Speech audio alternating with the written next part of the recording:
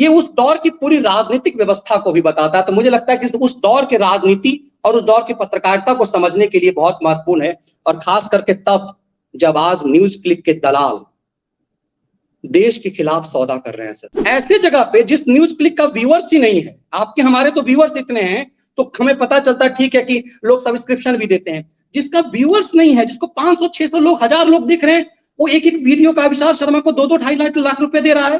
तो ये मतलब उसके बाद ये लोग नैरेटिव करते हैं कि नहीं हम तो काम नहीं करते हैं, हमें मेहनतनामा मिलता है। अबे तुम्हारे चैनल की कमाई नहीं है जिस चैनल को, इसका मतलब है कि भारत के खिलाफ परसेप्शन गढ़ने के लिए, नैरेटिव गढ़ने के लिए काम किया था। तुमने पत्रकारिता का आवरण ओढ़ा है। ये जानना जरूरी है कि 2004 में जो सैलरी थी 5 में 2012-13 तक जो सैलरी थी, वो सैलरी आज 2023 में आधी क्यों हो गई है उन लोगों की। इसका मतलब समझिए उस समय कितनी ज्यादा सैलरी थी। हम लोगों का सर, जब हम लोग पार्लियामेंट कवर करते थे तो हमारे ऑफिस के कैंटीन से पैक होकर के गरीब टाइप का खाना आता था। एनडीटीवी का खाना उसके ड्राइवर के लिए, उसके कैमरा असिस्टेंट कैमरामैन के लिए 5 स्टार होटल का वहीं से खाना आता था। दरअसल बॉलीवुड से जो माल आता है सर, पैसा जो आता है, इसके पीछे हम लोगों ने जब कई बार मैंने अपने शो में भी इस बात की चर्चा की, देखिए जितने इनकी फिल्में आई हैं वो क्या खेल करते हैं कि चाइना में सुपरहिट हो गई है। मतलब जिस चाइना में हमारी भाषा नहीं समझता, जिस चाइना से हमारा न बेटी रोटी का रिश्ता है, कोई रिश्ता नहीं, तुम्हारी तमाम फिल्में शाहरुख खान, सलमान खान, आमिर खान की फिल्में चाइना में हिट होती है, भारत में फ्लॉप। अब जैसे कि रवीश कुमार के वीडियो को कांग्रेस के दफ्तर से, एमपी से, तो क्या होता है, वायरल हो जाता है। एक किताब जो लिखी है एक एनडीटीवी का रिपोर्टर जो है, मैं वही कह रहा हूं, एनडीटीवी का एक रिपोर्टर है, उसने किताब लिखी है अपनी, उसके किताब को रवीश कुमार ने बिना पढ़े जो कुछ भी है उसने आते ही उसका प्रमोशन कर दिया। नमस्ते, आपका स्वागत है इस में, और हम पुनः बात करेंगे हमारे राष्ट्रवादी और अराष्ट्रवादी पत्रकारों के बारे में। और बात करने के लिए हमारे साथ जुड़ चुके हैं मनीष ठाकुर जी, आपके जाने पहचाने, और साथ में दर्शकों को भी बहुत बहुत पाठक जी नमस्कार भी हैं, गरुड़ प्रकाशन के सीईओ।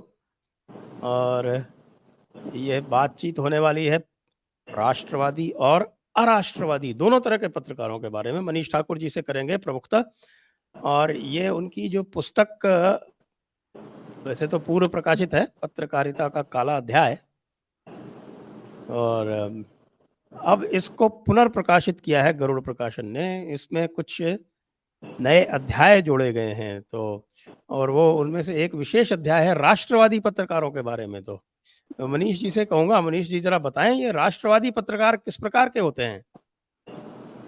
सर ये नए नव आवरण ओढ़ी थे, जो लगातार जिनने अपने आप अपनी छवि ऐसी बनाई कि वो खुद कहने लगे कि पत्रकारिता जो है वो राष्ट्र के प्रति समर्पित होनी चाहिए। तो ये काला चरित्र उनका अतीत का भी था और वर्तमान में जो आवरण ओढ़े हुए थे उनका भी था। तो जैसा आपने बताया सर कि पहला जो संस्करण आ चुका है, दूसरा संस्करण अंकुर जी ने छापा है, गरुड़ प्रकाशन जो लोकप्रिय प्रकाशक है। तो इनके द्वारा जो अभी जो छप के आया है ये पुस्तक, ये नवीन संस्करण है, और इसका जो आखिरी 7वां अध्याय जो महत्वपूर्ण है वो उन लोगों का है जिनको हमारे जो व्यूअर्स हैं, जो एक लोग ये मानते हैं कि राष्ट्र के प्रति समर्पित है। तो उनके काला चरित्र को भी है कि उनका अतीत क्या रहा और कैसे उन्होंने 2012 के बाद अपना चरित्र बदला है, अपने आप को किताब लिख लिख करके और सत्ता और सिस्टम में घुस करके। वो कितना ज्यादा और ज्यादा खतरनाक है। मतलब हमें और आपको सर जब पता होता है कि हमारा दुश्मन कौन है तो हम सतर्क होते हैं, लेकिन जब आपको ये पता ही नहीं हो कि आपका दुश्मन कौन है और वो आपका दोस्त बन करके आपके घर में, आपके पड़ोस में बैठा हो, तो वो ज्यादा खतरनाक होता है आपके घोषित दुश्मन से, क्योंकि उससे आप सतर्क रहते हैं। इसीलिए मुझे लगा कि ये ज्यादा जरूरी चीज है, क्योंकि एक भ्रम का चरित्र बना हुआ है और पूरा खेल तो सर नैरेटिव का ही है। पूरी पत्रकारिता का खेल ही तो नैरेटिव का है। कैसे नैरेटिव उन लोगों ने गढ़ा जो ये कहते हैं कि सत्ता, ये जो पत्रकारिता जो है वो सत्ता के खिलाफ है, एस्टेब्लिशमेंट के खिलाफ है। तो ये चरित्र इन लोगों ने आवरण ओढ़ा कि नहीं हम तो एस्टेब्लिशमेंट के खिलाफ, ये मानते कि सरकार का जो बेहतर पक्ष है हम बताएं, लेकिन उस बेहतर पक्ष बताने में भी क्या षड्यंत्र करते हैं, उन तमाम चीजों का है। दूसरी चीज है कि सिर्फ अपने खेल के लिए क्या है, जैसे कि हम लोग अक्सर जानते हैं कि जब अर्नब गोस्वामी गिरफ्तार हुए थे तो ये सो कॉल राष्ट्रवादी चरित्र वाले जो थे वो क्या खेल कर रहे थे। उसके बाद जब शाहरुख खान के बेटे की गिरफ्तारी हुई तो इन लोगों ने क्या नौटंकी किया, जो अपने आप को राष्ट्र, असल खेल इन लोगों ने किया। तो मुझे लगता है कि पाठक यदि इसको पढ़ेंगे तो वो ज्यादा क्लियर हो पाएगा और परसेप्शन जो है वो ज्यादा बेहतर तरीके से खुल पाएगा। और सबसे इंटरेस्टिंग है क्योंकि पहला एडिशन आपने इसका जो है इसकी समीक्षा भी की थी इस चैनल पे। आपने सबसे पहले जो है पहले एडिशन के लिए चर्चा किया था, मुझे याद है कि उसमें इसमें आपका अंश भी है, जो आपका आप समीक्षा का जो है वो पार्ट आपका भी है, बहुत सारे लोगों का है, उसमें प्रमुखता आपका है। इससे ये पता चलेगा, मुझे लगता है कि लोग ये जान पाएंगे, क्योंकि मैं इसे सर मानता हूं कि एक ये दस्तावेजी किताब है और पूरे डॉक्यूमेंट्स के साथ है। इसमें कुछ भी ऐसा नहीं कि ज्ञानवाचक दिया गया कि ज्ञान मेरी सोच आपके प्रति है तो उस दे दिया गया है, ऐसा नहीं है। ये पूरे डॉक्यूमेंट्स के साथ है, चाहे वो सुधीर चौधरी हो, चाहे वो रजत बाबू हो, चाहे वो दूसरे लोग हों। और व्यक्तिगत टारगेट नहीं किया गया है। मैंने बताने की कोशिश की है 2000 से लेकर के 2020 तक, जब टेलीविजन पत्रकारिता का जन्म हुआ और उसके बाद जब युवा अवस्था तक पहुंचा, टेलीविजन पत्रकारिता ने पूरी पत्रकारिता को और देश को कितनी क्षति पहुंचाई है, ये उसका काला पक्ष है सर। तो आपने दो नाम लिए प्रमुख, और वो राष्ट्रवादी के रूप में जाने जाते हैं। वैसे राजदीप को और रवीश को तो हम सब जानते हैं और उनको हम राष्ट्रवादी नहीं ही मानते हैं, लेकिन उनका भी आपने काफ़ी इसमें विवरण दिया है। तो ये सुधीर चौधरी और रजत शर्मा के बारे में क्या है? सर सुधीर चौधरी के बारे में तो जब तक, जैसे कि मैंने एक शो किया था अपने चैनल पे, द मनीष ठाकुर शो पे, वो अब तक का मेरा सबसे ज्यादा देखा जाने वाला शो है। उसमें लगभग 16,000 17,000 लोग लाइव थे, जो आज तक मतलब आमतौर पे हम जैसे लोगों के लिए इतने लोग लाइव होते नहीं। उनको सबको ये लगा कि सुधीर के बारे में कैसे क्या बोल सकते हैं, क्योंकि सुधीर चौधरी ने एक आवरण ओढ़ा हुआ था कि हम राष्ट्र के लिए समर्पित हैं। दरअसल सुप्रीम कोर्ट का एक जजमेंट आया सर, और सुप्रीम कोर्ट का जजमेंट आया जिसमें स्पेशली लिखा हुआ था कि कैसे सुधीर चौधरी ने 2002 के दंगे में, एसआईटी रिपोर्ट में है ये, कि 2002 के दंगे के बाद जब उस तत्कालीन गुजरात के मुख्यमंत्री नरेंद्र मोदी जी का इंटरव्यू किया था, जिसको हम लोग टेलीविजन के पत्रकार हम लोग टिकटॉक कहते हैं, उसको टिक टैक कहते हैं, कि मतलब हम छोटा सा इंटरव्यू जो 2-3 मिनट का होता है उसको कहते हैं हम लोग। तो वो सुधीर को मिला था करने को। सुधीर ने उसी में एक बड़ा षड्यंत्र किया था, जो एक बड़ा चला कि क्रिया के बराबर प्रतिक्रिया, ये थ्योरी नरेंद्र मोदी ने दे दिया, वो पूरा फर्जीवाड़ा था सुधीर चौधरी का। उसकी उसने कटिंग की थी और वो उसको सुधीर चौधरी ने जी न्यूज पे दिखाया। उस समय सुधीर रिपोर्टर थे जी न्यूज के, और मतलब वो तो जन्मजात, वो लोग तो बड़े पत्रकार, जन्म पैदा लेते ही बड़े पत्रकार हो गए थे वो लोग। बहुत कम उम्र थी लेकिन बड़े पत्रकार उसी समय हो चुके हुए थे।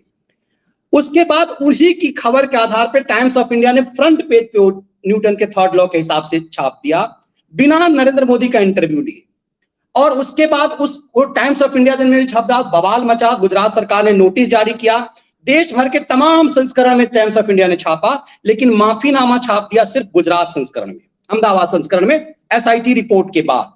सुधीर चौधरी का पूरा खेल ये था। एसआईटी रिपोर्ट में जब हाल में पिछले साल, तो मुझे लगता है जब सुधीर चौधरी को निकाला गया जी न्यूज से, उस समय सुप्रीम कोर्ट का जो जजमेंट आया उसमें पूरी तरह से साफ था, इसको गवर्न किया गया। जब सुधीर को निकाला गया तो एक परसेप्शन गढ़ा गया, चैनल को भी फायदा इसमें था कि ये नहीं कहें कि सुधीर को निकाला है तो एग्जिट उसको बड़ा सम्मान से दिया जाए। तो परसेप्शन गढ़ा गया ये कि सुधीर चौधरी नया वेंचर ला रहे हैं। क्योंकि मेरे पास वो एसआईटी रिपोर्ट हुआ करती थी, क्योंकि मैंने लोअर कोर्ट से सुप्रीम कोर्ट कवर किया था, तो कोर्ट की रिपोर्टिंग में सर यही है कि वो हवाई बहुत कुछ होता नहीं, आपको डॉक्यूमेंट्स के साथ, तो एक तरह से आदत सी हो गई कि पत्रकारिता पूरे दस्तावेज के साथ करनी है। तो मैंने ये पहली बार कहा था कि सुधीर ने नौकरी छोड़ा नहीं है, सुभाष चंद्रा की मजबूरी है कि ये अब फूका हुआ कारतूस हो गया है, इसे निकालना है। तो लोगों को डाइजेस्ट नहीं हुआ। जो हमारे व्यूअर्स है वो मुझे गाली देने लगे कि मनीष जी आप ऐसा कैसे कर सकते हो, तो राष्ट्र के प्रति समर्पित है। तो लोग गढ़ा गया कि ये नौकरी, अब सोचिए जो आदमी सर जी न्यूज में मालिक के कंडीशन में है, वो आदमी आज तक में नौकर बन के क्यों जाएगा। आप जब मालिक होते हैं तो किसी संस्था में, और जी न्यूज और आज तक में बहुत ज्यादा ऐसा नहीं कि फर्क है, तो जी में वो सालों से मालिक की तरह थे। लोग यही मानते थे कि जी न्यूज को मालिक हैं। वो आदमी गया एक सिंपल सा प्रोग्राम चिरकुट सा करने के लिए, उसके बाद जलालत उसकी इतनी ज्यादा हुई। तो फैक्ट हमने रखा था, और ये जो उनके जितने लंगू भंगू थे वो सब खलियर हो गए, सबको निकाल दिया गया, और परसेप्शन ये गढ़ा गया कि ये लोग जो है नए वेंचर में जा रहे हैं। तो कैसे ये एक नैरेटिव क्रिएट किया जाता है आवरण ओढ़ करके, कि आपने फर्जीवाड़ा किया, लगातार किया, 1-2 बार नहीं। उस आदमी का तो आप जानते हैं सर कि जब लाइव इंडिया में था तो पूरा चैनल, एक देश का पहला पत्रकार है जिसके संपादक रहते रहते पूरा चैनल ब्लैकआउट हो गया, क्योंकि उसने एक शिक्षिका को वेश्या साबित कर दिया था।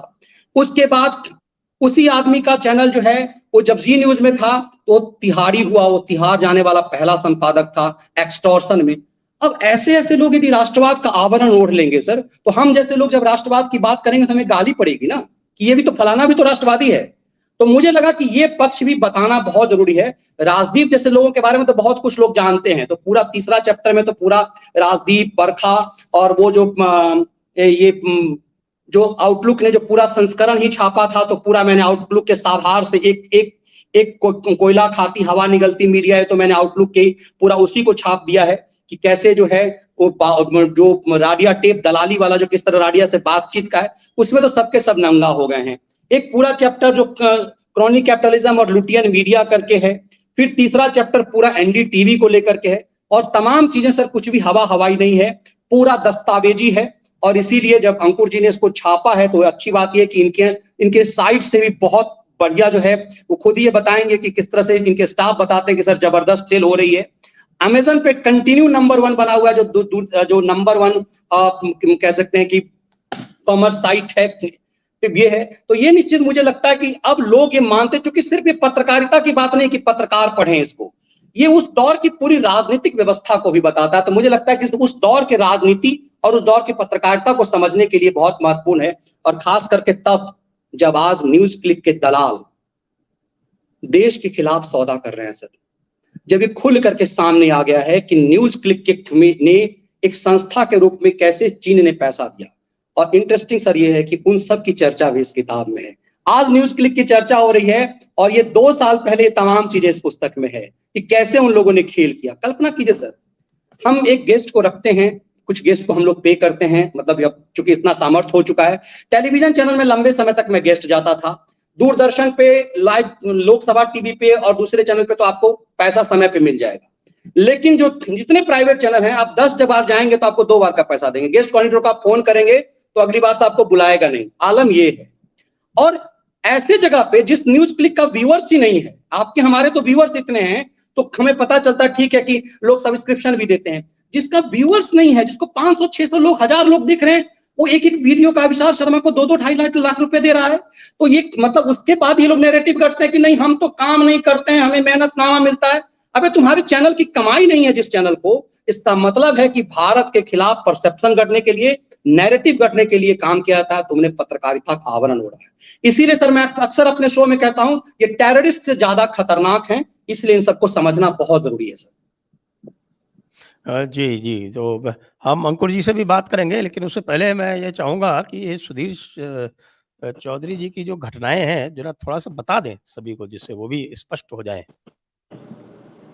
सर जैसे मैंने बताया आपको कि सुधीर चौधरी एक अपने आप को एक गढ़ते हैं कि 2-3 तरह का नाम, जैसे मैं खलिहर खैराती और खैराती शब्द यूज करता हूं इन लोगों के लिए, उस तरह से वो पता नहीं मैं भूल रहा हूं शब्द का एक वो यूज करते हैं। कुछ ऐसे पत्रकारों का शब्द का नाम यूज करते हैं, मैं भूल रहा हूं। जैसे रवीश ने गोदी मीडिया शब्द इजाद किया, उसी तरह से सुधीर भी एक शब्द का यूज करते हैं। मैं भूल रहा हूं जी, डिजाइनर पत्रकार, अंकुर जी ठीक कह रहे हैं, डिजाइनर पत्रकार यूज करते हैं। डिजाइनर पत्रकार। अब वो खुद कितना डिजाइनर है समझ लीजिए, वो आदमी खुद कितना डिजाइनर है, बाल का भी उसने शानदार डिजाइन किया हुआ है। वो आदमी, तुम कलंकित व्यक्ति हो कि तुम्हारे संपादक रहते एक चैनल बिक गया, मतलब ब्लैकआउट हो गया। उसमें क्या था, उसका जो एक रिपोर्टर था सर वो झारखंड का था, और उसे पता चला कि मनीष ठाकुर जो है कोर्ट रिपोर्टिंग करते हैं और मतलब कोर्ट रिपोर्टिंग में ठीक ठाक है। उसे अरेस्ट कर लिया गया सर, 30,000 कोर्ट में पेशी होती थी। उसे कहीं से पता चला, वो मेरे पीछे पड़ गया, भैया मुझे जमानत, मुझे कोई वकील करवा दीजिए, मेरे पास पैसे नहीं है। तो उस समय का जो बहुत प्रभावशाली वकील हैं जो 30,000 कोर्ट में हुआ करते थे, उनको मैंने उसका वकील बनाया और उनसे मैंने कहा कि सुधीर भले ही जेल जाए, मैं पब्लिकली कह रहा हूं, इसको बाहर होना चाहिए क्योंकि ये रिपोर्टर है, मतलब आपने खबर को तोड़ा मरोड़ा, एक स्टिंग करवाया उस एक लड़के से जो ट्रेनी है, जिसका पत्रकारिता से कोई लेना देना नहीं है। उस समय ग्रेजुएशन पास आउट करके आया था, और ग्रेजुएशन पास आउट करके आया था, और उस व्यक्ति को हमने जो है जब हमें पता चला तो हमें लगा नहीं, मुझे इसके लिए कुछ करना चाहिए। मुरारी तिवारी आज के डेट में वकालत में बहुत बड़े नाम है, और उस समय वो भी 30,000 कोर्ट बार एसोसिएशन से जुड़े हुए थे, क्योंकि वो बिहार से थे और वो भी एक वजह थी। तो मैंने कहा कि उसने केस उन्होंने मुफ्त में लड़ा, उसे जमानत दिलवाई और बाद में और उसके लिए पूरा सिस्टम लगा हुआ था कि सुधीर चौधरी जेल नहीं जाए। सुधीर जेल नहीं गए, लेकिन पूरा फर्जीवाड़ा उसका था। एक संपादक ने तोड़ा मरोड़ा, एक सामान्य शिक्षिका को आपने वेश्या बना दिया। आप और उसके बाद आप नैतिकता की बात करते हैं, दूसरे के लिए डिजाइनर की बात करते हैं। उसके बाद जब वहां सुधीर चौधरी वहां से छोड़े, ये जी न्यूज में आए, तो फिर से इसी कारण क्या उनका जो चैनल जो ब्लैकआउट हुआ, इसी कारण हुआ? इसी कारण ब्लैकआउट हुआ कि उन्होंने एक संपादक के रूप में और सर भारत के इतिहास में एकमात्र चैनल है जिसका संपादक सुधीर चौधरी था और वो ब्लैकआउट हुआ। भारत का एकमात्र संपादक है जो तिहाड़ जेल गया एक्सटॉर्शन और मतलब कैमरे पे करता हुआ।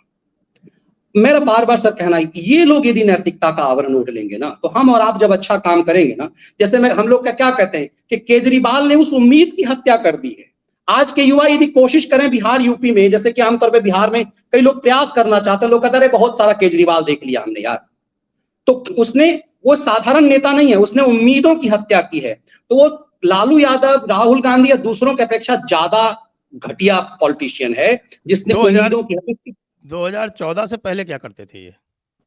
2014, वही कह रहा हूं सर, बहुत अच्छी बात कही। 2014 नहीं कही सर, 2012 कही है। 2012 में जब दोबारा मोदी जी मतलब तिवारा जीत करके आए, तो ये हो गया कि रवीश कुमार ने एक गढ़ा था पूरे प्रणय राय के चेलों ने कि गुजरात, ये पूरा देश गुजरात नहीं है। 2007 के बाद एनडीटीवी ने एक नैरेटिव गढ़ा कि गुजरात के लोग जो हैं, गुजरात के लोग चरित्र से ही दंगाई होते हैं, ये खुल करके चलने लगा।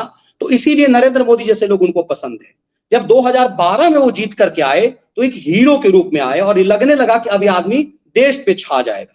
उसके बाद ये सब के सब आवरण उन्होंने बदल दिया। आप पूरा रिकॉर्ड सुधीर का सबका देख लीजिए। रजत का तो कम से कम ये भी आता है कि उनका जो है वो विद्यार्थी परिषद से थे और वो बहुत अच्छे से उन्होंने पकड़ा हुआ था। पहले तो महाजन जी को, प्रमोद महाजन जी को, चैनल ही प्रमोद महाजन जी के कारण आया था। उनके मरने के बाद इस सदमे में आ गए थे तो उल जुलूल करना शुरू किया, सांप बिल्ली छुचुंदर जो है नचाना शुरू कर दिया। आपको याद होगा कि पूरा पत्रकारिता का चरित्र हनन बोलते थे उसको। बिल्कुल सर, पत्रकारिता का यदि चरित्र सबसे ज्यादा क्षति यदि पत्रकारिता का किसी ने किया हुआ है तो इन दोनों ने किया हुआ है। और नैतिकता का आप सर किसी को ये नहीं कहेंगे कि कोई नहीं सुनेगा कि कोई सुधीर कहेगा, कोई प्रणय राय कहेगा, लेकिन रजत के पीछे जी ही लगता है सर। रजत जी हैं, रजत नहीं है वो रजत शर्मा नहीं है, रजत जी हैं। लेकिन पत्रकारिता का बलात्कार यदि किसी ने किया सबसे ज्यादा तो रजत शर्मा ने किया है। आपने पूरी पत्रकारिता को सांप बिल्ली छुछुंदर का खेल बना दिया। भाई मुझे याद है कोर्ट रिपोर्टर, मेरा साला ही कोर्ट रिपोर्टर हुआ था, वो करता था वहां का, वो कोर्ट की खबर के बदले परेशान रहता था किसी बैगन में कोई ऐसा निकल दो कि गणेश जी टाइप दिख जाए। एक बार हम लोग रोड से जा रहे थे, वो गणेश विसर्जन का हो जा रहा था, वो रिक्शे में उसने लगाया हुआ था गणेश जी का जो आगे वाला जो जिस तरह से हाथी का वो होता है सूंड टाइप का, उस पे उसने शूटिंग करना शुरू किया, पूरी नौटंकी होनी शुरू कर दी। तो पूरी पत्रकारिता को नौटंकी बना दिया, इसलिए क्योंकि जो पैसा आना था माना जाता है कि उनसे, वो चीजें बंद हो गई। बाद के दौर में उन्होंने पूरी तरह से, देखिए नोटबंदी में उन्होंने सरकार के खिलाफ कितना बड़ा षड्यंत्र किया। अरुण जेटली ने कहा कि लगता है कि व्यक्तिगत क्षति आपकी हुई है रजत जी। तो सब कुछ हमने बताया ऐसा क्या था कि रजत शर्मा नोटबंदी के खिलाफ पूरी तरह से मुहिम में चल गए थे। तब आपको पता चलेगा कि आज आप देखेंगे कि उन सब चैनलों में एक भी आपको महंगे रिपोर्टर मतलब सीनियर जर्नलिस्ट नहीं दिखाई देगा। वजह क्या है? अच्छा, पे नहीं कर सकते आप। अब एनडीटीवी को देखिए, मैंने क्यों कहा, एनडीटीवी का एक रिपोर्टर, जब मैं कांग्रेस कवर करता था तो कांग्रेस बीट पर एक रिपोर्टर था, उसने, वो मुझसे सीनियर था, मैं उसे नाम के आगे भाई लगाता था। तो उसने एक दिन ऐसी बात हुई, उसने कहा तुम्हें क्या पता, तुम लोग कहते हो कि बीजेपी की सरकार, कांग्रेस की सरकार जाएगी, आप तो पत्रकारों का कितना सम्मान कांग्रेस करती थी, पता है सरकार आ गई, हम लोग की सैलरी 7 साल से नहीं बढ़ी है। हमने कहा 7 साल से सैलरी नहीं बढ़ी, वहीं पे काम कर रहे हो, दूसरी जगह क्यों नहीं जाते हो? तब उसके बाद अगले साल हुआ कि 7 साल जो पहले सैलरी थी उसकी आधी हो गई है। तो क्या वजह है सर? ये लोगों को ये दूसरे लोग नहीं जान पाएंगे। ये जानना जरूरी है कि 2004 में जो सैलरी थी 5 में 2012-13 तक जो सैलरी थी, वो सैलरी आज 2023 में आधी क्यों हो गई है उन लोगों की? इसका मतलब समझिए उस समय कितनी ज्यादा सैलरी थी। हम लोगों का सर, जब हम लोग पार्लियामेंट कवर करते थे तो हमारे ऑफिस के कैंटीन से पैक होकर के गरीब टाइप का खाना आता था। एनडीटीवी का खाना उसके ड्राइवर के लिए, उसके कैमरा असिस्टेंट कैमरामैन के लिए 5 स्टार होटल का वहीं से खाना आता था। और वहीं हम लोग खाते थे, उसके ड्राइवर, उसके खलासी 5 स्टार का खाना खाते थे, और दूसरे चैनल के लोग अपने कैंटीन का माल लाया हुआ जो पैक करके खाना आता था वो खाते। जब दिन भर, कई बार जब पार्लियामेंट दिन भर चलता है ना, तो उस समय ये सर इसलिए बताना जरूरी है सर कि लोगों को जानना चाहिए कि ऐसी क्या वजह है कि 2013 में जो सैलरी थी उसकी आधी आज 10 साल बाद हो गई है। कुछ तो वजह होगी सर, कहां से पैसा आता था? तो मनी लॉन्ड्रिंग का ये पैसा था। और इसकी जब ये सब ऐसा नहीं कि मैं मन मौखिक कर रहा हूं, ये केस है, ये पुलिस रिकॉर्ड में है, लेकिन बताया नहीं जाता, लोग एक दूसरे को नग्न नहीं करते। आपने कहा रजत जी के बारे में, अब सोचिए सर, रजत जी एक बात कहते हैं अक्सर, मैं भी रजत जी ही कहता हूं, चूंकि सब जी ही कहते हैं तो चलिए जी ही कह लेते हैं। वो कहते हैं, आप सुनते होंगे, था दूसरे के घर, तो मेरे पापा कहते थे, मेरे बाबूजी, कि दूसरे के घर जाते हो तीसरे को देखने के लिए, कुछ ऐसा करो कि लोग तुम्हें देखें। तो आज ये हो गया। अब ये कितना बड़ा घटिया नैरेटिव है सर। हम लोग बच्चे थे जब, तब की ये कहानी है। रजत शर्मा जब जेपी आंदोलन में ये लोग विद्यार्थी परिषद में थे, अब सोचिए 70 से पहले इस देश में टेलीविजन कितने लोगों के पास था? 80 के बाद तो टेलीविजन जो है, मतलब अपर जो है मिडिल क्लास है उसके पास पहुंचा है 80 के शुरुआत में। 80 से पहले नेशनल कैपिटल में तो समझ में आ सकता है सब, मतलब छोटे शहरों में तो वो भी नहीं था। आप कहते हो हम एक कमरे में 7 भाई बहन के साथ, मतलब झुग्गी में रहते थे, तो झुग्गी में आपके पास 70 के शुरुआत में, मतलब 65-67 में झुग्गी में आपके पास टेलीविजन था। लोग कोई सवाल नहीं करता है, रजत शर्मा कितनी बड़ी झूठ क्यों बोलते हो, क्यों ऐसा परसेप्शन करते हो? मुझे लगता है ये सब चीजें भी बताने की जरूरत थी, और इसीलिए ये काला अध्याय उनका काला चैप्टर है सर। अंकुर जी, आपको लीगल काउंसिल नहीं लेनी पड़ी इस किताब को छापने से पहले? नहीं, बिल्कुल आपने सही कहा कि ये पुस्तक का जब मेरे पास मनीष जी ने प्रपोजल भेजा, तो पहले तो ये हुआ कि ये तो पहले ही आ चुकी है, तो अभी हम इसको दोबारा से क्यों लेकर के आए, क्या है इसमें? तो मनीष जी से काफ़ी लंबी चर्चा हुई, डिस्कशन हुआ कि इसमें पिछले, मतलब जब ये पुस्तक आई है उसके बाद से भी 6-7 सालों में जो चेंजेस आए हैं, जो मीडिया में अभी रिसेंटली जो इन्होंने न्यूज़ क्लिक वाली बात करी, और भी कुछ चीज़ें हैं जो कवर करनी थी, तो फिर ये भी हुआ कि मतलब इसको निकालने में कोई ऐसी समस्या तो नहीं होगी कि हम लीगल किसी इशू में फंस जाएंगे। तो मनीष जी ने कहा कि सब कुछ मैंने प्रमाणों के आधार पर, तथ्यों के आधार पर दिया हुआ है, और अगर आप पुस्तक देखेंगे तो आपको बिल्कुल क्लियरली पता चल जाएगा कि सारे उन्होंने फैक्ट्स बताए हैं, कहीं भी कोई ऐसी मनगढ़ंत बात नहीं लिखी है जिसमें कोई मतलब बहुत ही ऑब्जेक्टिवली लिखा हुआ, ये आप कह सकते हो इस पुस्तक को। तो इसमें आपको कोई डेफेमेशन का नोटिस नहीं मिला? नहीं, डेफेमेशन का नोटिस नहीं मिला, मुझे लगता नहीं है कि मिलेगा भी, क्योंकि अगर उसमें फिर ज्यादा फजीयत उन्हीं लोगों की होगी जो डेफेमेशन का नोटिस भेजेंगे हमें। तो मनीष जी, कुछ जो इसमें रोचक आपने प्रसंग डाले हैं उनके बारे में भी और चर्चा करते हैं। आपने रजत शर्मा के ये जो है आपके जो ये नेशनल इन्होंने ब्रॉडकास्टिंग एसोसिएशन बना रखा है, इसके कार्यकलापों के बारे में आपने इस अध्याय में भी काफी कुछ लिखा है, तो वो बताएं ये किस तरह से इसका दुरुपयोग करते हैं। बिल्कुल सर, आपने अच्छी बात कही, क्योंकि जब पहला एडिशन आया था तो कई लोगों ने, मुझे एनडीटीवी के कई साथियों ने कहा कि क्या इसमें उन लोगों की भी चर्चा है क्या, क्योंकि काला अध्याय था, तो उस समय तक तो मेरे लिए थोड़ा सा मेरी चुप्पी हो गई, क्योंकि मैं अक्सर लिखता तो था। फर्स्ट एडिशन जब आया था तो उस लोगों का ये सवाल था कि आपने क्या एक पक्ष के लिए कहा, ये बात कही है क्या? तो ये जो एडिशन है उसमें ये जो आप कह रहे हैं कि ये एनबीए के प्रेसिडेंट रहे, उसके बाद इनकी नैतिक जिम्मेदारी, देखिए कैसे सर नैरेटिव गढ़ा जाता है। अर्नब गोस्वामी को गिरफ्तार जब किया गया तो उनकी खबर के लिए गिरफ्तार किया गया, और एकदम से चू शब्द इन लोगों ने नहीं बोला। कहा भी कि रजत जी का मैं बहुत सम्मान करता हूं, वो अदालत लगाते हैं, एक बार मुझे अपनी अदालत में बुला लें, उसने रिक्वेस्ट भी किया, लेकिन उन्होंने नहीं माना। एक गार्जियन के रूप में इनकी नैतिक जिम्मेदारी बनती थी, लोग इनको सम्मान करते थे, इनकी नैतिक जिम्मेदारी बनती थी कि अर्नब से कम अर्नब का पक्ष तो ले लेते। अर्नब ने कोई भ्रष्टाचार पे अर्नब नहीं जेल गए थे। अर्नब किस लिए जेल गए थे? अर्नब को एक तरह से टारगेट इसलिए किया गया कि वो एंटोनियो माइनो कह गए थे, और माना जाता कि वहीं से शुरू हुआ, फिर पुराना कोई केस खुलवाया गया जिसका कोई मतलब नहीं था। एनबीए के सर्वे सर्वा सालों तक रहने के कारण, चूंकि सरकार माना जाता था कि इन्हीं की है, जेटली जी जो है सर्वे सर्वा थे, और जेटली जी के कारण जो है इनकी जो है मतलब जब पांचों उंगली और सर कराही सब कुछ था इनका, मौज थी इनकी। जेटली जी के जाने के बाद ये रोने भी लगे, ऑन एयर रोए थे ये, और वाजिब सी बात है मित्र भी थे इनके, मित्र क्या एक तरह से इनके गार्जियन थे। इसमें पूरी तरह से बताया गया कि कैसे कैसे इन लोगों ने पत्रकारिता का हनन किया। आपको याद होगा सर, जब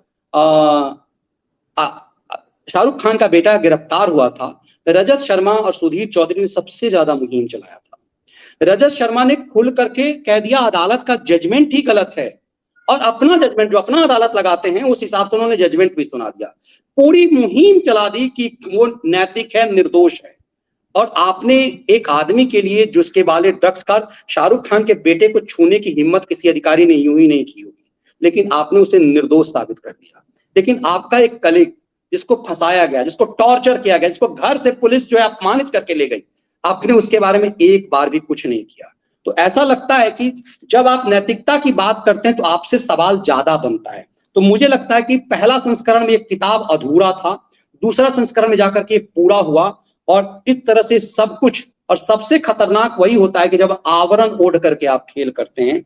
मुझे लगता है कि तमाम चीजें जो है वो उन सब चीजों को एक एक डॉक्यूमेंट्स के साथ है, पूरे फैक्ट सामने रखे गए हैं कि कैसे इन लोगों ने किया।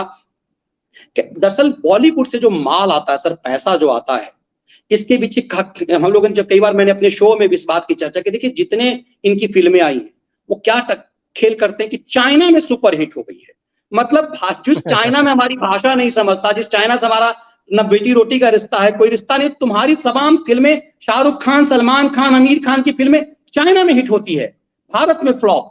जब से अभी राष्ट्रवादियों ने मुहिम चलाया एंटी ब्रो, लेकिन ये लोग क्या करते हैं, उन फिल्मों को हिट बताने का षड्यंत्र करते हैं पूरा। मैंने कई शो इस पर किया है, करीब करीब उस पर भी थोड़ी सी चर्चा इसमें है, और बहुत गहराई से हम नहीं जा पाए क्योंकि ये बाद में चीजें, ये फिल्में अभी बाद में। लेकिन उनकी कैसे बॉलीवुड आप अक्सर देखते होंगे, सलमान खान, शाहरुख खान, आमिर खान, इसके पक्ष में रजत बाबू खूब मुहिम चलाते हैं। और देश की जनता इन लोगों को राष्ट्रवादी नहीं मानती है। जो आदमी कहता हो कि मेरी पत्नी जो है वो डर रही है, देश छोड़ना चाह रही है, शाहरुख खान ने पता नहीं क्या क्या नहीं कहा कि पाकिस्तान में मेरे जो है, मेरे बाप का रिलेशन है पाकिस्तान से है, मुझे अपने आप ये फीलिंग होती है क्रिकेट के प्रोग्राम में। आप उन लोगों को राष्ट्रवादी साबित करने की कोशिश करते हैं जो देश की जनता उनको क्या मानती है, और उनकी फिल्में फ्लॉप हो रही है। तो मुझे लगता है एक एक पक्ष ये जानना जरूरी था, इसीलिए इन सब पक्षों पे चर्चा होनी चाहिए थी और लोगों को ये समझना चाहिए। सबसे बड़ा बात में जिसको बहुत हल्के में लेते हैं उस झूठ का है, जिस चीज के लिए रजत जी कहते हैं कि जब मैं छोटा था तो मैं दूसरे को देखने तीसरे की जगह। सर हम और आप जानते हैं 80 से पहले इस देश में कितना टेलीविजन हुआ करता था, कितनी बड़ी मक्कारी, कितना बड़ा नैरेटिव गढ़ते हैं कि जब ये बच्चे थे तो टेलीविजन देखने क्या आता था सर। 80 से पहले बहुत से बहुत कृषि दर्शन, हम लोग जब छोटे थे तब भी तो टेलीविजन पे क्या आता, चित्रहार का इंतजार करते थे। देखने लायक होता क्या था जो लोग देखेंगे, ये मैं कह रहा हूँ रामायण महाभारत से पहले टेलीविजन पर देखने लायक होता क्या था जो बच्चे वहां दूसरे के घर तीसरे को देखने जाएंगे। 85-86 के बाद तो टेलीविजन देखने लायक हुआ है, उससे पहले क्या था, एशियाड आया करता था जी। हमारे घर में भी 82 एशियाड के टाइम पे आया था, और 82 एशियाड में सबसे पहले उस समय जो है वो कलर टेलीविजन का ब्रॉडकास्ट आरंभ हुआ था, तो उस समय से जोर पकड़ा था। उससे पहले तो खैर होता तो था, लेकिन उसमें बहुत कुछ क्या कभी चित्रहार या कभी न्यूज़, इसके अतिरिक्त कुछ आता भी नहीं था। अब वैसे आपने इसमें रजत शर्मा और सुधीर चौधरी दोनों का सुशांत सिंह राजपूत प्रकरण के जी उसकी भी चर्चा है, सुशांत सिंह राजपूत प्रकरण की भी चर्चा है इसमें। ये जो आखिरी अध्याय है उसी से तो इन लोगों का पोल खुलता है सर कि इन लोगों ने कैसा षड्यंत्र किया है उसके साथ। इसीलिए क्योंकि शाहरुख खान को बचाना है तो इसीलिए तमाम चीजें हैं। मुझे लगता है पाठक यदि पढ़ लेंगे इसको तो एक ही चैप्टर से ये बहुत कुछ इन लोगों का चरित्र क्लियर हो जाएगा। बाकी तो पहला संस्करण में बहुत कुछ है, वो तो आपने बहुत गहराई से उसका जो है उसकी समीक्षा भी की हुई है। जी, तो इन लोगों ने क्या किया सुशांत सिंह राजपूत में, थोड़ा संक्षेप में बता दें। सुशांत सिंह राजपूत के साथ देखिए कि पूरी उस नैरेटिव को गढ़ा गया जैसा शाहरुख खान ने चाहा, और उसमें बहुत उनके वकीलों ने, शाहरुख खान ने पूरे प्रकरण में बहुत चालाकी की कि उन्होंने देखिए उनके प्रवक्ता ये सब बन गए। आप देखेंगे सर कि ना सुशांत सिंह राजपूत में और ना ही बेटे वाले प्रकरण में शाहरुख खान कभी कैमरे पर नहीं आए, कभी कैमरे पर नहीं आए, उनका कोई रिएक्शन नहीं आया। जबकि शाहरुख खान बॉलीवुड का सबसे बड़बोला अभिनेता है, सबसे बड़बोला। उससे बड़ा बड़बोला कोई नेता अभिनेता है नहीं। लेकिन शाहरुख ने इन तमाम चीजों पे पूरी चुप्पी लगाई। जिसका बेटा अरेस्ट हुआ, उसने कहीं कोई बात लोकल मीडिया से नहीं की, कहीं नहीं की, क्योंकि उनके प्रवक्ता कहीं और बैठे हुए थे। सुशांत सिंह राजपूत के खेल में कैसे कैसे उन महिमा मंडन किया गया, मैं नाम अभी भूल रहा हूं, जो लड़की जो उसकी गर्लफ्रेंड थी, उसका आवरण, उसको उसके लिए नैरेटिव गढ़ा इन लोगों ने, उसकी चर्चा कैसे उसके लिए। आप जब सुशांत को एक तरह से खलनायक बनाया, बड़ी चालाकी से इन लोगों ने सुशांत को खलनायक बनाया, और जब आप ही खलनायक बनाने लगेंगे, आपको लोग ज्यादा देखते थे, चलो भाई ये जो है ना, ये तो थोड़ा नेशनलिस्ट है, और आपने बड़ी चालाकी से सुशांत को खलनायक बना दिया। तो मुझे लगता है कि एक पत्रकार की नजर से इस बात को भी जानना जरूरी था, और इसीलिए ये बताने की कोशिश की गई सर। और एक आपने विस्तार से थोड़ा ये हमारे एनडीटीवी की जो सेल हुई है उसका भी आपने काफी रवीश के माध्यम से चर्चा की है अपने इस नए अध्याय में। बिल्कुल, एक चैप्टर ही है सर एनडीटीवी को लेकर के, और एनडीटीवी और हवाला कारोबार, नाम ही है कि कैसे एनडीटीवी और हवाला कारोबार, उसमें पूरा उस खेल को है, मनी लॉन्ड्रिंग का खेल, कैसे कैसे वो फंसे और पैसे कैसे नेताओं की भूमिका है, तो वो पूरा खेल है। उसके बाद इन लोगों ने जो उसमें पूरी तरह से कि कैसे रवीश को पैदा किया गया, मैंने उसकी व्याख्या भी की है। रवीश क्रिएटेड है प्रणय राय का। वो कैसे क्रिएटेड है? वो क्रिएटेड ऐसे है कि एक दौर था सर कि टेलीविजन में जब हम लोग रिपोर्टिंग करते थे, तो हम सीनियर जर्नलिस्टों से सुनते थे, टेलीविजन वालों से, वो कहते थे कि 9:30 का बुलेटिन मैडम देखती थी। तो मैडम मतलब इस देश में एक ही होता है। और आप कांग्रेस मुख्यालय जब जाएंगे तो, और इस किताब के लिखने का सर ना, मेरे यूट्यूब चैनल और मेरे इस किताब का पूरा क्रेडिट मेरा जाता है 1 साल का हार्डकोर कांग्रेस की रिपोर्टिंग। मैंने पूरी करियर में सर कांग्रेस दफ्तर में नहीं गया हुआ था, और मैंने मेन स्ट्रीम मीडिया छोड़ने से पहले, कहता ना बहुत कुछ ईश्वर तय करता है, मुझे सजा के तौर पे कांग्रेस बीट दी गई थी। अच्छा। मेरे एडिटर ने सजा के तौर पे, उनको पता था कि ये कांग्रेस को गरियाता है सोशल मीडिया पर जो है ये कांग्रेस की, तो मुझे सजा के तौर पे कांग्रेस बीट दी गई सर। और जब कांग्रेस बीट दी गई तो वहां मुझे कहा गया, अरे मनीष ठाकुर फेसबुक पे तो वो बहुत लिखते हो यार कांग्रेस के खिलाफ, तो वहां मुझे कांग्रेस की रिपोर्टिंग करनी थी। तो मैंने कहा मैंने कांग्रेस के खिलाफ कुछ नहीं बोला, कांग्रेस के दलाल पत्रकारों के लिए बोलता हूं। तो मुझे सर वहां सपोर्टिंग नहीं मिलता था प्रेस कॉन्फ्रेंस में। मैंने एक बार जब मैं बैठता था बिल्कुल ठीक सामने में, और राहुल गांधी का प्रेस कॉन्फ्रेंस 2019 के लोकसभा चुनाव से पहले लगभग 14-15 बार प्रेस कॉन्फ्रेंस राहुल गांधी ने किया, और मैं बिल्कुल ठीक सामने बैठता था राहुल गांधी के, और मैं यूं उंगली उठाता था कि भाई मेरी बारी भी आनी चाहिए, क्योंकि मैं जहां काम करता था तो बिल्कुल एकदम सीट जो है फिक्स एकदम सामने में होता था, मैं हमेशा बैठता था। मैंने एक बार कहा रणदीप सुरजेवाला से, करीब 8-10 पत्रकार थे, और वो दिन था सर जिस दिन वोटिंग हो गई थी, फाइनल वोटिंग हो गई थी। तो मैंने रणदीप सुरजेवाला से कहा कि 8-10 कांग्रेस के रिपोर्टर है, 2019 के मई महीने की बात है सर। मैंने कहा रणदीप जी, चुनाव भी हो गया, 1 दर्जन बार से ज्यादा समय तक राहुल गांधी आए, और आपने मुझे एक बार भी सवाल नहीं करने दिया राहुल जी से। तो रणदीप सुरजेवाला चुप रहे, और मैंने अपने शो में इसकी चर्चा कई बार की है। रणदीप चुप रहे, 8-10 जो उनके लंगरू भंगरू थे, उसके बाद 5 मिनट बाद उन्होंने हवा में बोला, अपने पत्रकारों से फुर्सत हो तब तो दूसरों को मौका दें। ये उन्होंने खुल करके, मतलब 2-3 सेकंड पॉज लेते हुए उन्होंने मुझे ये बात कही, और मुझे कभी नहीं, मगर हुआ क्या सर इंटरेस्टिंग, कि मेरा एक खास दोस्त था, वो मुझे कहता था कि देख मनीष, तू पहचान में आ चुका है, तो तुम्हें अंदर की खबर कभी मिलेगी नहीं। तो जब अहमद पटेल से, जब 2-3 लोगों का नाम उसने बताया, इन लोगों से जब हम लोग मिलने जाते हैं ना, सेलेक्टिव 4-5 लोग जाते हैं, तो तुम मेरा कंधा पे हाथ रख करके मेरे साथ चल दिया करो अहमद पटेल के कमरे में। अहमद पटेल के कमरे में जब मैं पहली बार गया एक जर्नलिस्ट के रूप में, जब उसकी व्याख्या भी मैंने इसमें की है। सर अहमद पटेल मुसलमान थे, हार्डकोर गुजराती। उनके चैम्बर में राजीव गांधी की मूर्ति है, थी, अब तो खैर वो स्वर्गवासी हो गए। और सोनिया गांधी और राजीव गांधी की जो शादी की तस्वीर है ना, शादी की तस्वीर कौन रखता है? व्यक्ति खुद रखता है ना अपने बेडरूम में, उसके अलावा कोई नहीं रखता। बरमाला वाला आपका भाई, आपके पिता भी क्यों रखेंगे, आपका बेटा भी, मतलब आमतौर पर लोग अपने शादी का तस्वीर रखता है। बरमाला वाली तस्वीर सोनिया और राजीव गांधी की, वो राहुल अहमद पटेल के चैम्बर में हुआ करता था। तब समझ जाइए कि चापलूसी जो, या फिर कह लीजिए समर्पण जो भाव है, वो इससे बड़ा क्या हो सकता है। और वहां जब बैठते थे, वहां जब वो बात करते थे, किसी की नौकरी चली गई तो जितनी चिंता अहमद पटेल करते थे, एक बात में मानना पड़ेगा कि उन लोग, और इसीलिए वफादार हो जाते हैं लोग कांग्रेस के। मुझे ये समझ में आया कि क्यों कांग्रेस के प्रति वफादार हो जाए। जो मैंने हार्डकोर देखा, जो विद्यार्थी परिषद के लड़के थे, वो कांग्रेस में जाने के बाद, कवर करने के बाद बहुत सारे लोग एकदम समर्पित हो गए। वो चीजें इनके यहाँ नहीं दिखाई देती है, कभी नहीं दिखाई देती है। एक बहुत बड़ा पत्रकार था, आज तक से उसकी नौकरी चली गई थी, वो साथ में था वहां पे।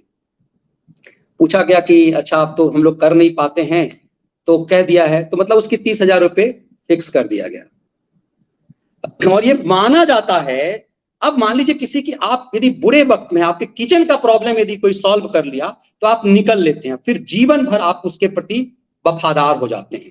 तो ये चीजें उनको आती है, और यही कारण, अभी मैंने एक शो में देखा सर, मैंने अभी परसों शो किया, मुझे एक जाकिर त्यागी करके, एक मुझे लगता है कि ट्विटर पे है एक लड़का, कांग्रेस का समर्थानते होंगे, उसने पिन किया हुआ एक वीडियो, वो मैंने दिखाया। उसमें नेहा सिंह राजपूत, जो बिहार में काबा फलाना काबा अपने आप को कहती है कि मैं तो समर्पित हूं, मैं तो मतलब मुझे सत्ता और विपक्ष, सत्ता के खिलाफ करती हूं, वो उसमें बैठी हुई है। वो कौन सी पत्रकार है? मैंने जब देखा उस वीडियो को, हमने कहा ये पीछे नेहा सिंह राजपूत। दरअसल कांग्रेस ने अपने समर्थक यूट्यूबरों को बुलाया था बिहार में, उसमें ये धान गेहूं एक्सपर्ट और सनसनीबाज मेरा गया नहीं था, वो दिख नहीं रहा, हो सकता गया वो पीछे छुपा हुआ होगा।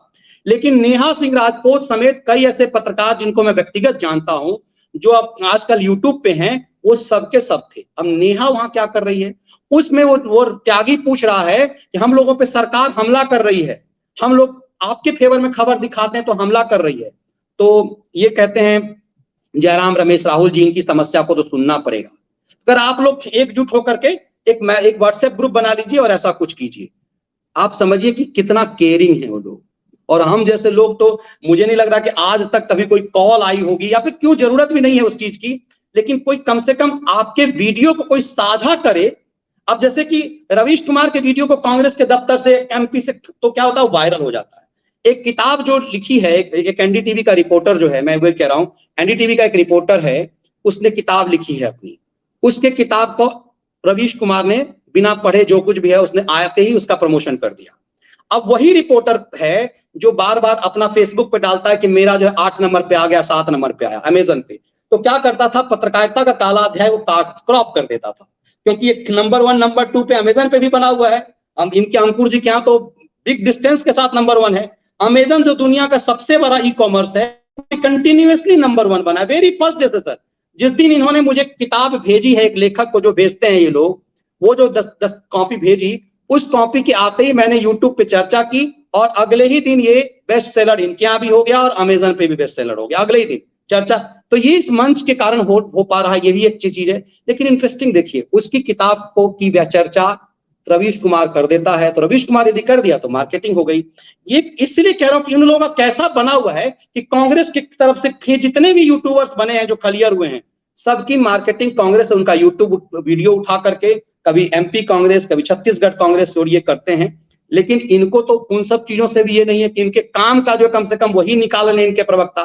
ढंग से टेलीविजन चैनलों पे आपके वीडियो को देखें तो उनके प्रवक्ता कुछ पढ़ लिख पाएंगे, मतलब कुछ डिस्कशन ढंग से कर पाएंगे, लेकिन आपका वीडियो शेयर नहीं करेंगे, आपका कंटेंट चुरा लेंगे वो, लेकिन आपको उसको क्रेडिट नहीं देंगे। तो ये जो मानसिकता है ना, ऐसा लगता है कि इस यहाँ पर जो सिर्फ नरेंद्र मोदी काम करें, योगी आदित्यनाथ काम करें, और हम लोग जो है बैठ करके जो झाल बजा करके जो है वो मलाई चाटे, बस ये मानसिकता है। तो मुझे लगता है कि वो नैरेटिव जो है पत्रकार, वो भी इसकी चर्चा की गई है सर। लेकिन वो हमारे जो रवीश जी कहते हैं ना कि साहब के अडानी ने उनको हटाने के लिए केवल एनडीटीवी खरीदा, इसके बारे में क्या कहेंगे? कमाल की बात है सर, कमाल की बात है ना, कितना कमाल की बात करता है वो। मुझे लगता है कि उससे बड़ा शातिर, उससे बड़ा धूर्त वो पत्रकारिता का अरविंद केजरीवाल है यार। अरविंद केजरीवाल का बाप है वो देखिए वो क्या करता है, उसको पैदा किया गया। वो सब कोई जानते हैं, कैंडी टीवी में वो डेस्क पे चिट्ठी छांटता था, जो वो आता था उसको चिट्ठी। एक दौर है, वो चर्चा बीच में छूट गई, जो आपने पहले पूछा था रवीश पे। तो उसके बाद आया सर कि मिडिल फैमिली का दौर, मतलब टेलीविजन कौन देखते हैं, पत्रकारिता में पढ़ाई होती है कि दैनिक जागरण यदि आप पढ़ते हैं तो आपको छोटा सस्ता वाला जो एड मिलेगा। टाइम्स ऑफ इंडिया का पाठक जो है, तो टाइम्स ऑफ इंडिया के पाठक को माना जाता है कि भाई वो मतलब पढ़े लिखे लोग हैं, पैसे वाले हैं, तो उसको महंगा ऐड मिलता है। वैसे ही एनडीटीवी भले ही कम चलता था, लेकिन उसको एडवर्टीजमेंट महंगे महंगे मिलते थे। आप एशियन एज 5000 कॉपी छपती थी, लेकिन वो फर्स्ट एसी के केबिन में जो है वही रखा जाता था राजधानी के। ये माना जाता था कि फलाना चैनल जो है एनडीटीवी मैडम देखती है 9:30 बजे जब वो डिनर करती हैं, तो उस समय खुद प्रणय राय आएंगे और हिंदी पर फलाना आएगा। तो ये तय किया गया कि ये दौर बदल रहा है। अब दौर जो सोशल मीडिया का दौर में आया, तो मिडिल फैमिली सब कुछ तय कर रही है। एकाएक रवीश को पैदा किया गया और पहली बार चैनल पे टाई का कल्चर खत्म हुआ। रवीश सिंपल कोट में आता था, वो भी बिना आयरन किए हुए। जिस तरह से केजरीवाल बौना आदमी है, हमने कई बार कहा कि उसकी पत्नी या कोई सलाह क्यों नहीं देता कि 36 नंबर का शर्ट उसे आता होगा, वो 46 नंबर का शर्ट पहन लेता है। अरे चिरकुट, तुम्हें बिना इस्त्री किए हुए पहनना है तो 36 नंबर का पहनो ना। बौना आदमी को कितना चाहिए सर, उसको तो 36 नंबर का शर्ट चाहिए। मैंने कई बार कहा, कोई सलाह ही नहीं देता उसे कि तुम्हें 46 नंबर का शर्ट नहीं पहनना चाहिए। तो कहने का मतलब ये कि रवीश कुमार ने जानबूझ करके बाल नहीं झाड़ना जो लालू यादव करते थे, उससे क्या हुआ कि आम आदमी को लगा कि मेरे तरह का आदमी है। उसके बाद वो पॉपुलर हुआ और उसकी रवीश की रिपोर्ट बहुत अच्छा आती थी, उसका मैं भी फैन था। लेकिन उसके बाद उसने नैरेटिव गढ़ना शुरू किया, फर्जी बारात, लोगों को अच्छा लगना शुरू किया।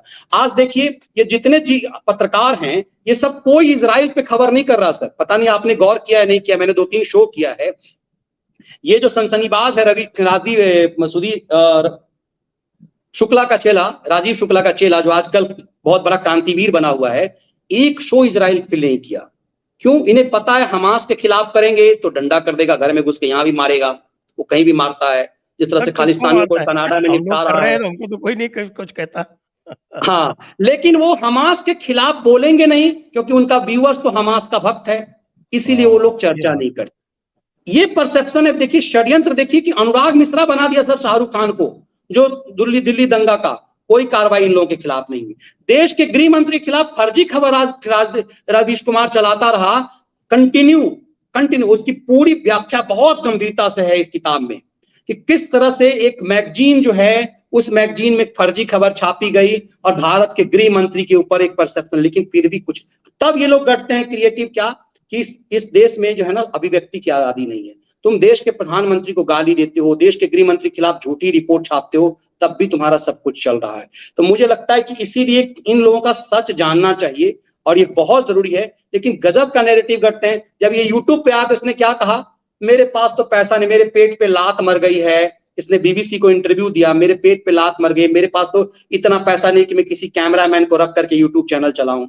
हम जैसे लोगों ने तो सर 10,000 के मोबाइल पे यूट्यूब चैनल शुरू किया था। और क्या, पहले कौन सा कैमरामैन होता था? हाँ, और अभी भी सर मैं लाइव करता हूं तो मुझे कैमरामैन की, अभी आपके साथ जुड़ा हूं, मुझे कोई जरूरत नहीं है। हाँ, मेरे जो स्टाफ आते हैं, जब मैं रिकॉर्डिंग करता हूँ इस तरह का, थोड़ा सा एडिटिंग का, तब चूंकि हम लोग टेक्निकली उतने स्ट्रांग नहीं है, तो उसके लिए जरूरत होती है। लेकिन उसके लिए तुम इतने दिन सैलरी काम किए, तुम मतलब 15,000 20,000 सैलरी किसी बच्चे को नहीं दे सकते हो, इतने नीच हो। 15, 20, 25,000 तुम सैलरी किसी को नहीं दे सकते हो, 2-3 स्टाफ नहीं रख सकते। आज दुनिया भर में घूम रहा है सर, पूरे देश, पूरी दुनिया घूम रहा है। मतलब पेट पे लात, मैंने तो देखा था फर्स्ट क्लास में बैठ के, प्लेन में फर्स्ट क्लास में बैठ के जा रहा था फ्रांस। फर्स्ट क्लास का किराया एक तरफ का ही 4 लाख है, और पूरी दुनिया घूम रहा है। तो इसीलिए मुझे लगता है कि सबसे ज्यादा जरूरी था सर इन लोगों का चरित्र जानना, इन लोगों का सच जानना। कोई तो हो कि हम लोग जैसे कम से कम ये कि लोग बताते हैं, और आप भी तो अक्सर मुझे लगता है कि इसको नंगा करने में आप कभी कोई कोर कसर नहीं छोड़ते हैं। तो ये जरूरी है कि ये चलते रहना चाहिए सर। ये तो बताइए, ये जो 14 पत्रकार हैं जिनको ब्लैकलिस्ट किया है कांग्रेस ने या इंडी अलायंस ने, इनको किस प्रकार से चिन्हित किया गया? देखिए, वो इंटरेस्टिंग ये है कि इनको तो पहले ही से ये नहीं वो करते थे। जैसे मैं आपको बताऊं कि कांग्रेस दफ्तर में रिपब्लिक टीवी की एंट्री बंद है कई सालों से, उसके रिपोर्टर अंदर जा ही नहीं सकते। जी न्यूज, जब से राहुल गांधी का इंटरव्यू लिया तब से क्या? जी रिपब्लिक की एंट्री बंद है। रिपब्लिक के 4-4, 5-5 रिपोर्टर कांग्रेस दफ्तर के बाहर होते हैं जब बड़ी खबर होती है, तो एंट्री उसके अंदर बंद है। जी न्यूज का कोई रिपोर्टर कैंपस में तो जाता है, प्रेस कॉन्फ्रेंस में नहीं जाता, क्योंकि जी न्यूज के पास कांग्रेस अपना रिपोर्टर नहीं भेजता, तो जी न्यूज ने भी प्रेस कॉन्फ्रेंस में अब भेजना बंद किया। लेकिन कैंपस में होते हैं उसके रिपोर्टर, मतलब कांग्रेस के होता ना कि फर्स्ट लेयर में रिपब्लिक नहीं है, सेकंड लेयर में जी न्यूज नहीं, ऐसे कई, तो बहुत सारे चैनल पे आप जाएंगे सर। मैं तो चूंकि चैनलों पे जाता रहा, तो अब ये बताऊं कि मैंने पिछले कुछ दिनों से तय किया कि मैं किसी चैनल पे नहीं जाऊंगा।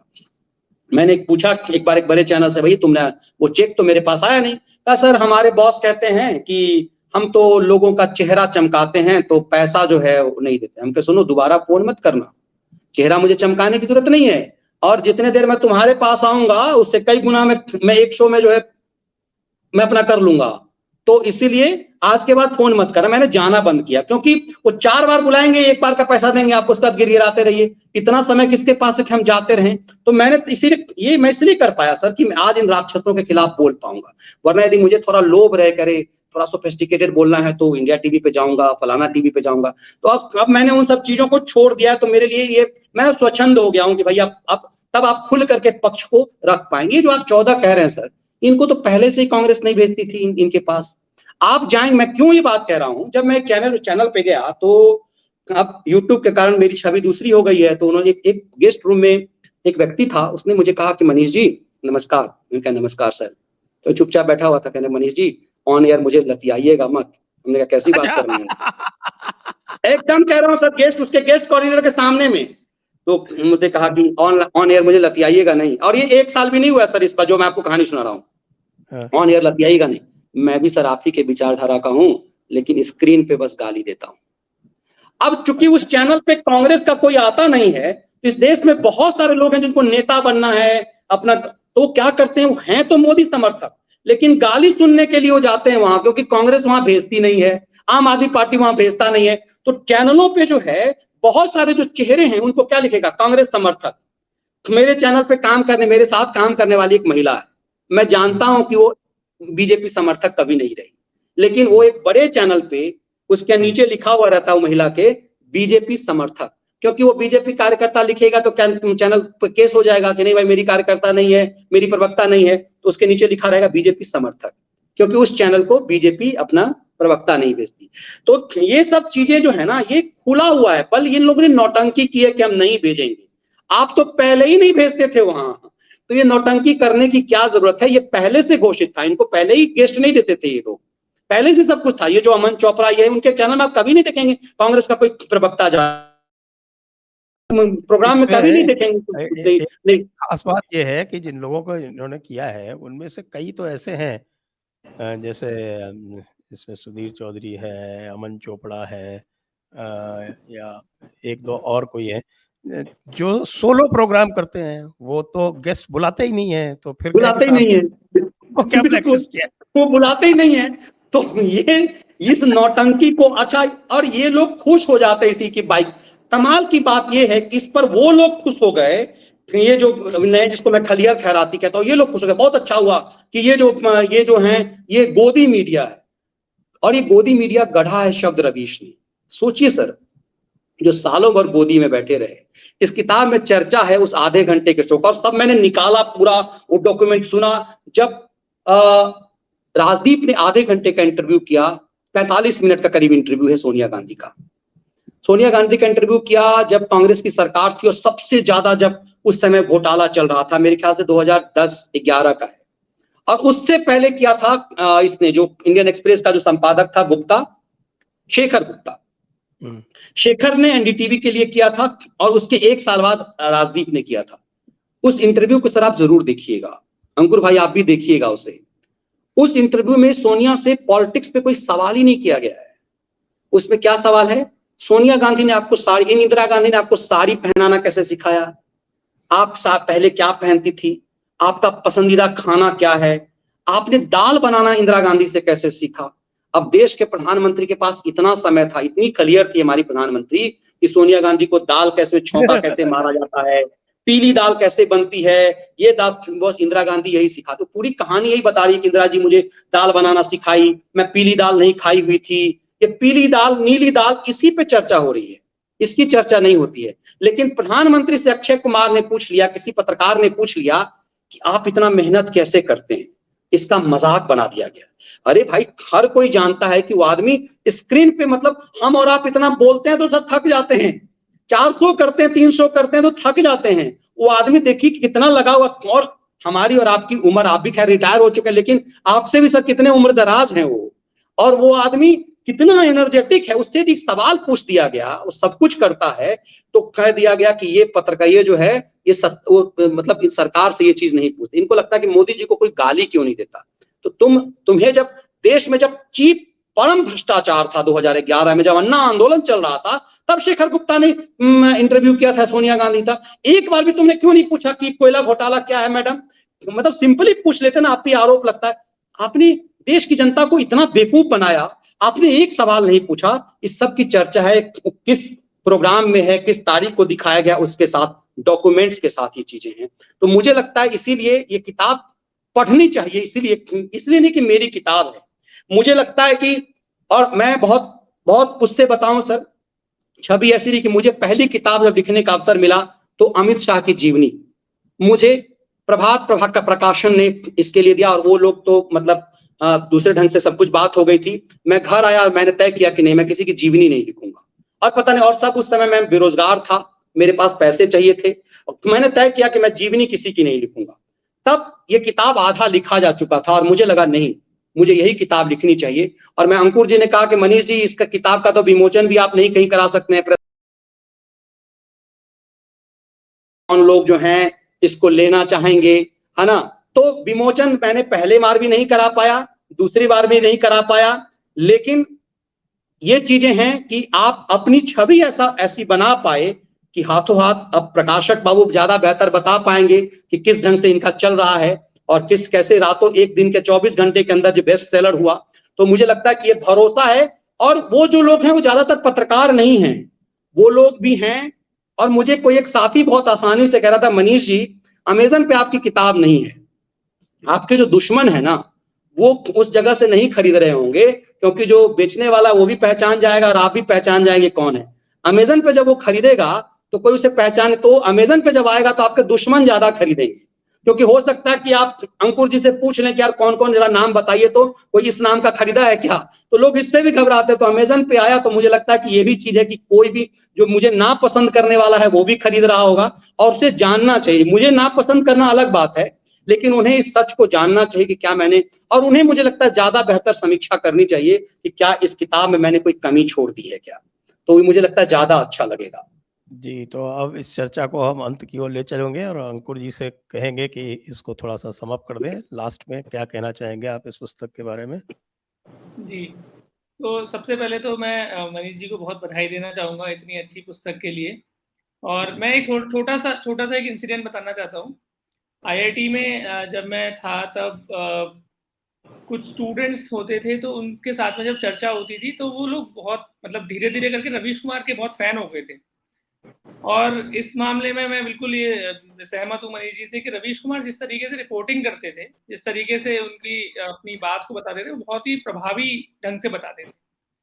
तो मुझे लगता है कि इस पुस्तक के आने से पहले तक जो पत्रकारिता का जो काला अध्याय है, उसके विषय में कभी कोई चर्चा नहीं रही। पत्रकारों को हमेशा से ऐसे देखा जाता था कि भाई ये लोग means they are the saviours, ये लोग डेमोक्रेसी के फोर्थ पिलर हैं और जो भी सत्ता पक्ष है उससे प्रश्न करते हैं, प्रश्न करना इनका अधिकार है। लेकिन जो जो जिस तरीके से मनीष जी ने बताया कि एक तरीके से एक्सपोज करा है कि भाई आप बहुत सेलेक्टिव होकर प्रश्न कर रहे हैं। आप एक एक दल के नेता से पूछ रहे हैं भाई कैसे, कौन सी चीज, कौन सी ड्रेस आपको पसंद है, कौन सी दाल आप बनाना जानते हो, और वहीं दूसरी तरफ आप दिन रात बैठ करके एक नैरेटिव के अगेंस्ट में चला रहे हैं। तो ये जो पुस्तक है मुझे लगता है कि बहुत ही युवाओं को बहुत प्रेरणा देने वाली है, और उनको बेसिकली बताने वाली है कि भाई आपके साथ कौन खड़ा हुआ है और आपके विरोध में कौन खड़ा हुआ है, किससे आपको सावधान रहने की जरूरत है और किसके आपको साथ में खड़े होने की जरूरत है। और यूट्यूब जैसे जो प्लेटफॉर्म्स हैं, इन्होंने बहुत आज के टाइम में, सोशल मीडिया ने चीजें बहुत ही अलग से अलग कर दी हैं, बदल दी हैं। तो बस मैं यही कहना चाहूंगा कि मनीष जी को बहुत बधाई, और साथ साथ मैं यहाँ पर ये भी जिक्र करना चाहता हूँ कि इस पुस्तक का दूसरा एडिशन आया और हमें भी इतनी उम्मीद नहीं थी, क्योंकि ऑलरेडी फर्स्ट एडिशन आ चुका था, काफी इसको लोग ले चुके थे पहले। लेकिन क्योंकि वो उसका कॉज इतना इम्पोर्टेंट था, गरुड़ प्रकाशन की स्थापना ही इसलिए हुई है ताकि जो भी अच्छा साहित्य, अच्छी पुस्तकें हैं, इंडिक नैरेटिव को जो आगे बढ़ाती है, सिविलाइजेशनल इश्यूज को आगे बढ़ाती है, उनको हम लेकर के आए। तो हमने इस वजह से उसको प्रकाशित करा। लेकिन आप बिलीव नहीं करेंगे, विद इन 2 days Amazon पे बेस्ट सेलर हो गई, गरुड़ा बुक्स पर बेस्ट सेलर हो गई, और अभी मैं मनीष जी को बताना चाहूँगा garuda.us जो हमारी इंटरनेशनल वेबसाइट है, जहाँ से यूएस से, ऑस्ट्रेलिया से, यूरोप से लोग खरीद सकते हैं, वहाँ पर भी ये बेस्ट सेलर हो गई। तो बहुत डिमांड चल रही है, दर्शक इसको, रीडर्स इसको बहुत बधाई हो आपको। और इसको आप ई बुक फॉर्म में भी ला रहे हैं क्या? हाँ जी, कुछ समय में इसको ई बुक फॉर्म में भी लाएंगे, इस पर भी कार्य चल रहा है। और दर्शकों से मैं यही निवेदन करना चाहूँगा कि प्लीज मनीष जी को, गरुड़ प्रकाशन को अपना समर्थन दीजिए, इसकी प्रति जरूर लीजिए और सोशल मीडिया पर उसका भरपूर प्रचार प्रसार करिए। Thank you. तो इसी के साथ आज की परिचर्चा को हम विराम देंगे और मनीष जी को शुभकामनाएं कि पत्रकारिता का काला अध्याय की पुस्तक जो है ये सफलता के नए सोपान अर्जित करे। और सभी दर्शकों को बहुत बहुत धन्यवाद, मनीष ठाकुर जी को बहुत बहुत धन्यवाद, अंकुर पाठक जी को बहुत बहुत धन्यवाद। जय हिंद, जय भारत, वंदे मातरम। बहुत बहुत प्रणाम सर, वंदे मातरम सर।